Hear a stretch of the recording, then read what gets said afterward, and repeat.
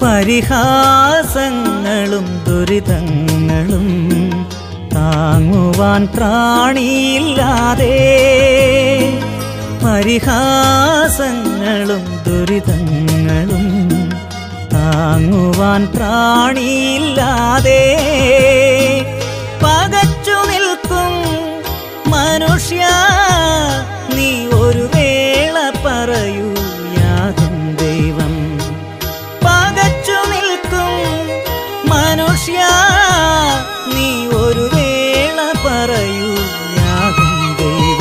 ദൈവവചന ചിന്തകൾ കേൾക്കുന്ന എല്ലാ മാന്യ ശ്രോതാക്കൾക്കും ക്രിസ്തീയ വന്ദനം. സദൃശവാക്യങ്ങളുടെ പുസ്തകം 9-ാം അധ്യായം 17-ാമത് വാക്യം, മോഷ്ടിച്ച വെള്ളം മധുരവും ഒളിച്ചു തിന്നുന്ന അപ്പം രുചികരവും ആകുന്നു എന്ന വചനമാണ്. നിരവധി വ്യക്തികളുടെ ജീവിതത്തിൽ അവർക്ക് എല്ലാവിധ ഉയർച്ചകളും നന്മകളും സാധ്യതകളും മുൻപിലുണ്ടെങ്കിലും അതിൽ സന്തോഷിച്ച് അതിൽ തൃപ്തരായി അവരുടെ ജീവിതം മുൻപോട്ട് കൊണ്ടുപോകുവാനുള്ള എല്ലാ സാധ്യതകളും നിലനിൽക്കുകയും സ്വന്തമല്ലാത്തതിലുള്ള ആഴമായ ആഗ്രഹങ്ങൾ അതവരുടെ കൈകളിലേക്ക് ലഭിക്കുമ്പോൾ അവർക്കുണ്ടാകുന്ന ഒരാനന്ദവും ഒരു സന്തോഷവും, അതിനെക്കുറിച്ചാണ് ഈ വാക്യത്തിൽ ഓർപ്പിച്ചിട്ടുള്ളത്. എന്നാൽ ദൈവം തന്ന നന്മകളിൽ ആനന്ദിക്കേണ്ടതിന് പകരം മറ്റുള്ളവരുടെ കയ്യിലിരിക്കുന്നതിനെ കരസ്ഥമാക്കുവാനുള്ള വ്യാമോഹം, അത് നമ്മെ അല്പമായ മധുരത്തിലേക്കും സന്തോഷത്തിലേക്കുമൊക്കെ നയിക്കുമെങ്കിലും പിന്നത്തേതിൽ അത് വലിയ നാശത്തിലേക്കും വലിയ നഷ്ടത്തിലേക്കും വലിയ വേദനകളിലേക്കും നമ്മെ കൊണ്ടുപോകുന്നു എന്ന് നാം തിരിച്ചറിയേണ്ടതുണ്ട്.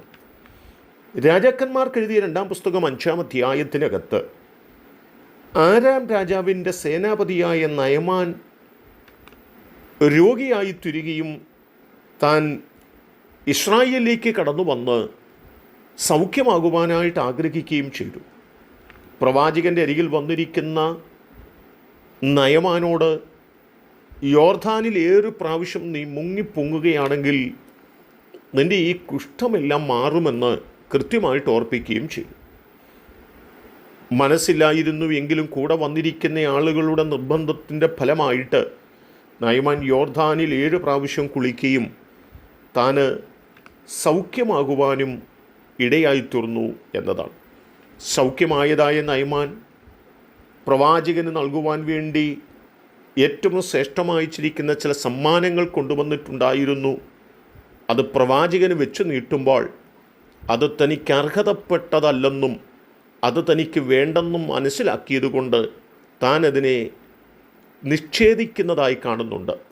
എന്നാൽ നോക്കി നിൽക്കുന്ന ഒരു ഗേഹസി നയമാൻ പോയ പിന്നാലെ കടന്നു ചെന്ന് തനിക്ക് അർഹതപ്പെടാത്തതും താൻ നേടിയെടുക്കുവാൻ പാടില്ലാത്തതുമായ ആ സമ്മാനങ്ങൾ ഗേഹസി കൈപ്പറ്റുന്നതും 22 മുതലുള്ള വാക്യങ്ങളിൽ രേഖപ്പെടുത്തപ്പെടുകയാണ്.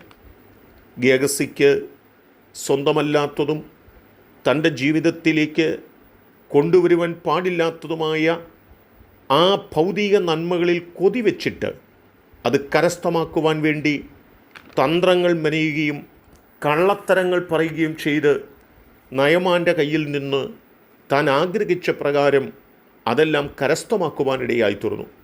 അത് കരങ്ങളിൽ ലഭിച്ച ഗേഹസിക്ക് അധികമായി സന്തോഷമായിരുന്നു. ഇത്രയും വലിയ സമ്മാനം തനിക്ക് നേടിയെടുക്കുവാൻ കഴിഞ്ഞല്ലോ എന്നുള്ള ആനന്ദമായിരുന്നു. അതുകൊണ്ടുവന്ന് ഒളിച്ചു വെച്ച് പ്രവാചകൻ അരികിൽ വരുമ്പോൾ പ്രവാചകൻ തന്നോട് ചോദിച്ചു, നീ എവിടെയായിരുന്നു?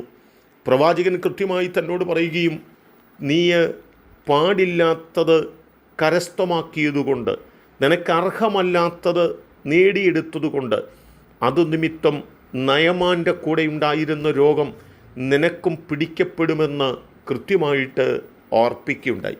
എന്നെ കേൾക്കുന്ന പ്രിയപ്പെട്ടവരെ, ഈ വചനം നമ്മെ ഓർപ്പിക്കുന്നത് ദൈവം നമുക്ക് തന്നിരിക്കുന്ന നന്മകളുണ്ട്, ദൈവം നമുക്ക് തന്നിരിക്കുന്ന അനുഗ്രഹങ്ങളുണ്ട്.